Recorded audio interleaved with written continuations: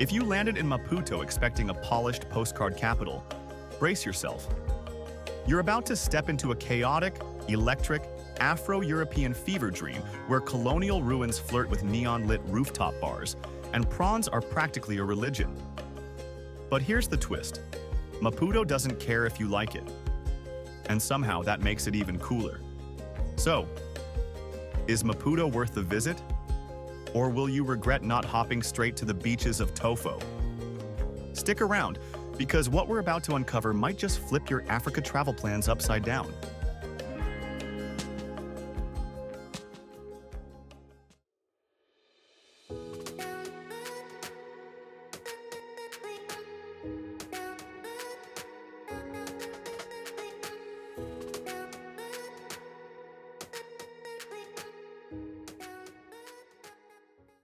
All right, welcome to one of the most misunderstood capitals in southern Africa.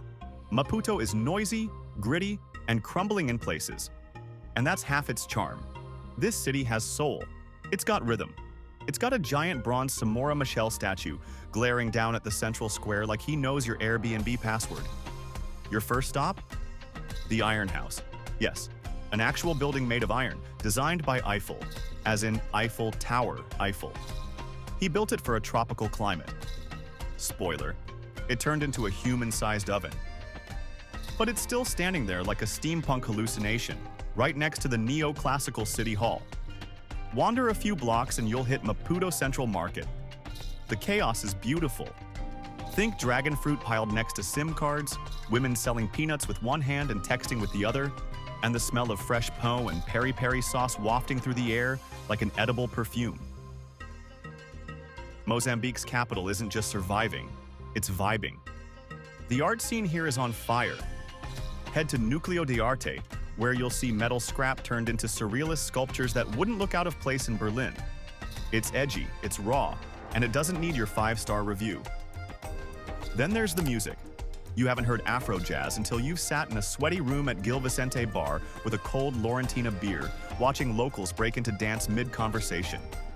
Maputo lives in rhythm. Even traffic sounds sync up like a background track.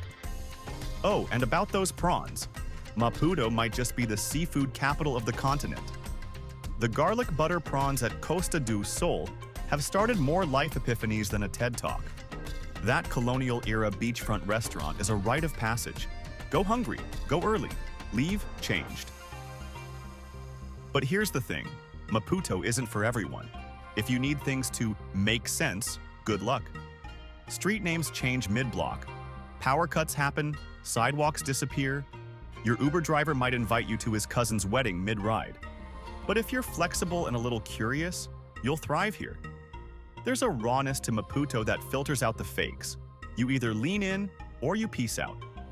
And for those who do lean in, there's magic.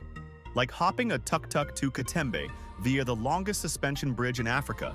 Hello, epic skyline views, and drinking a cold beer by the sand as the Maputo lights twinkle across the bay. It's not just pretty, it's earned. Now let's talk day trips, because Maputo doesn't hoard its beauty. Less than an hour away lies Ponta de Ouro, a beachy town where dolphins literally surf alongside you. And yes, Mozambique's famous turquoise waters do exist. They're just playing hard to get from the capital. And then there's Maputo Special Reserve, a coastal wilderness where elephants roam past mangroves and flamingos pose like they've read your drone manual. No joke, this is one of Africa's most underrated safari escapes, and it's just a few hours out.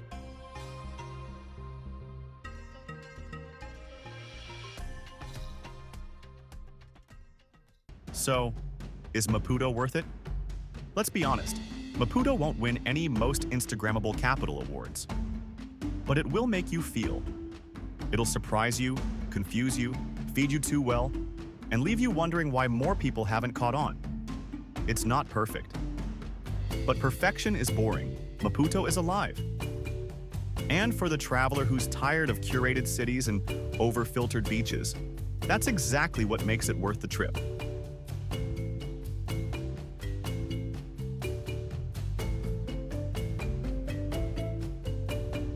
If you're enjoying Africa, why not visit its beaches? Check out our video on the ultimate South African beach guide, where we dive into wild coasts, hidden coves, and surf towns that might just steal your heart.